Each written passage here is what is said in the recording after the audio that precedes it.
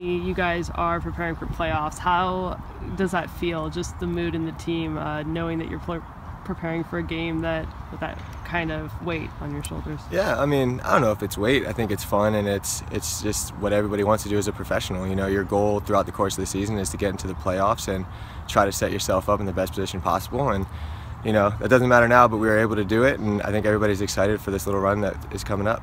It seems like you guys found a way to play your best soccer towards the end of the year.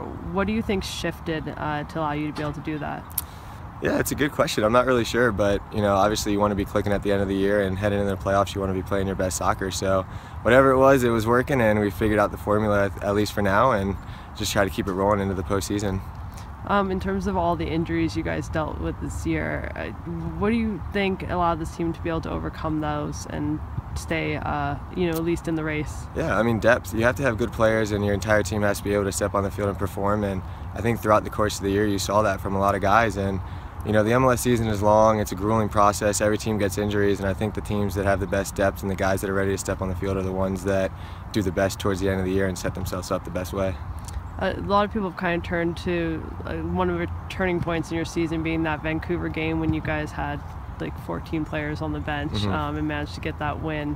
What do you remember from that game and how that maybe helped your season? Yeah, I mean, it was a game that we were coming off that RSL game, and it would have been easy to hang our heads and kind of go up there and fold over, but instead we dug in, and it didn't matter. You know, we had guys come up from T2 that were getting on the field and putting in the work as well. So just remember a total team effort and everybody being bought in and fighting hard to get that win, and it was a huge win for our momentum.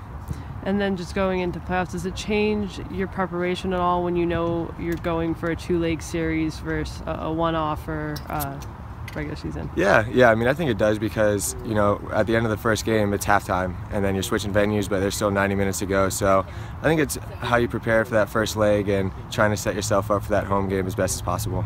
Do you like the idea that the higher seed goes on the road first?